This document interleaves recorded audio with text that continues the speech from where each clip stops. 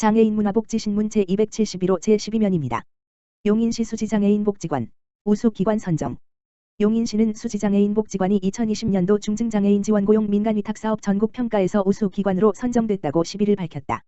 중증장애인 지원고용 사업은 한국장애인고용공단이 중증장애인에 대한 맞춤형 직업훈련 및 취업과 자립을 위해 진행하고 있으며 매년 전국 민간위탁사업 수행기관을 평가해 우수기관을 선정하고 있다.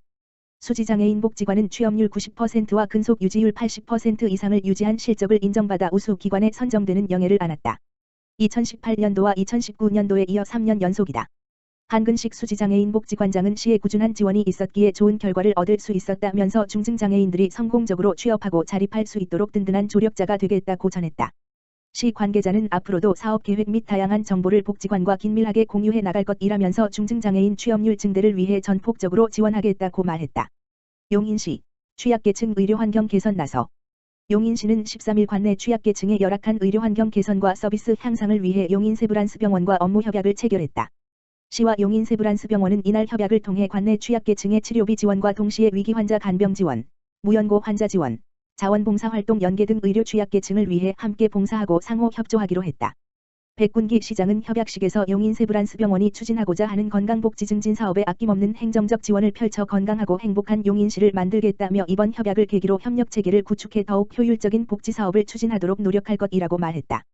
한편 협약식은 백 시장과 최동훈 용인세브란스병원장 등 최소한의 관계자만 참석해 철저한 거리두기와 마스크 착용, 실내 환기 및 살균 등 코로나19 방역 수칙을 준수하고 진행됐다. 용인시 아동시청 홈페이지 서비스 게시. 용인시가 13일 아동들의 온라인 전용 공간인 용인시 아동시청 홈페이지를 개설하고 본격적인 서비스 운영에 나섰다. 용인시 아동시청 홈페이지는 만 18세 미만의 어린이와 청소년들이 시와 관련된 정보를 손쉽게 얻고 시 정책이나 사업에 대해 자유롭게 의견을 제시할 수 있도록 만든 소통 공간이다.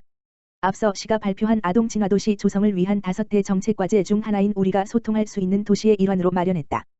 홈페이지는 용인시청 대표 홈페이지 왼쪽 상단 용인시 아동시청을 클릭하면 접속할 수 있으며 기존 성인 위주의 정보와 서비스에서 벗어나 친근감 있는 디자인과 아동의 눈높이에 맞춘 정보들로 이루어졌다는 점에서 눈길을 끈다.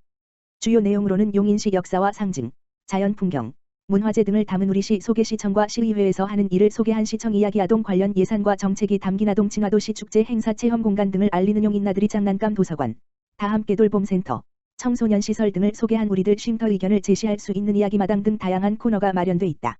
시 관계자는 이번 홈페이지 개설로 시민들이 아동의 행복과 권리에 많은 관심을 갖길 희망한다며 아동과 함께 만들어가는 아동시청 홈페이지를 통해 아동 친화도시로 한 단계 발전할 수 있는 발판을 삼겠다고 말했다.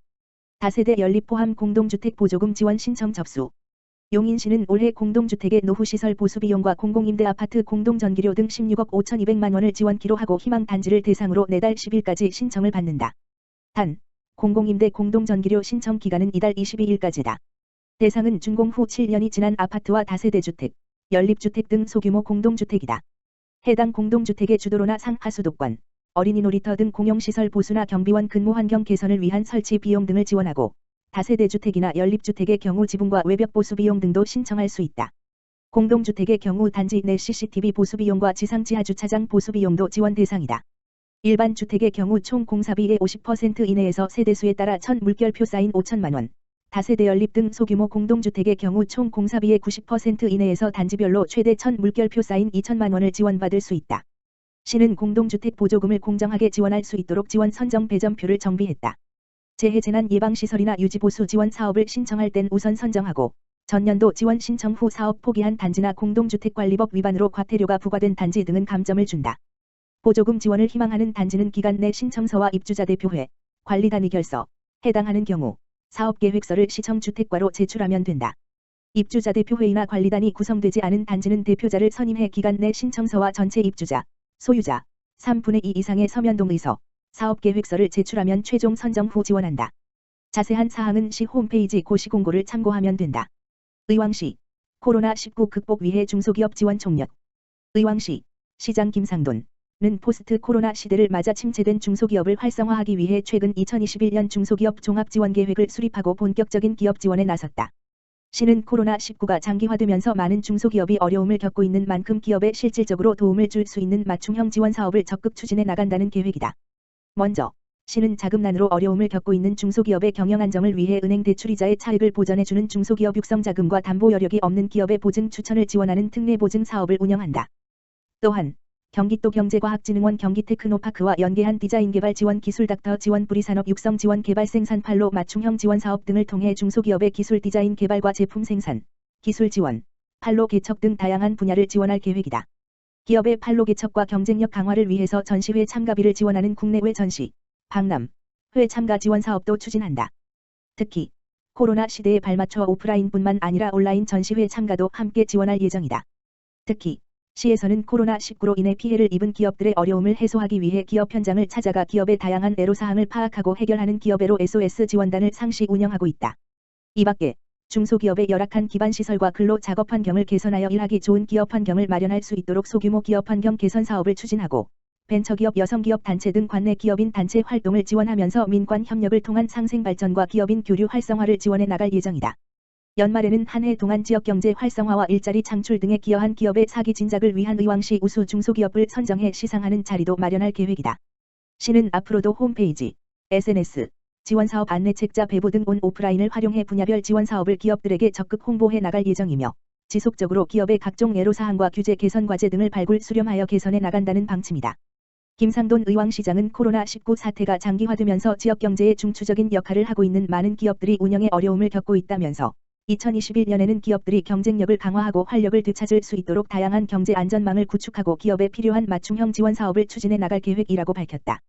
김상돈 의왕시장 2021년 생활밀착형 소통행정 본격 시동. 김상돈 의왕시장은 13일 시민들의 삶과 연관된 생활밀착형 현장을 찾아가는 제28차 현장행정의 날을 실시했다.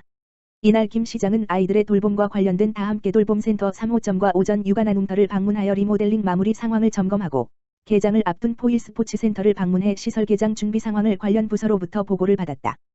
또한 노후된 담장과 옹벽의 공공예술가들의 작품을 담는 백운초 이동곡의 공공미술 프로젝트 추진 현장을 방문하여 관계자들을 격려하며 코로나19로 인해 어려움을 겪고 있는 시민들에게 즐거움을 주고 지역 예술인에게는 일자리 창출의 기회가 되는 공공미술 프로젝트가 성공적으로 마무리될 수 있도록 세심하게 신경 써 달라고 관련 부서에 요청했다.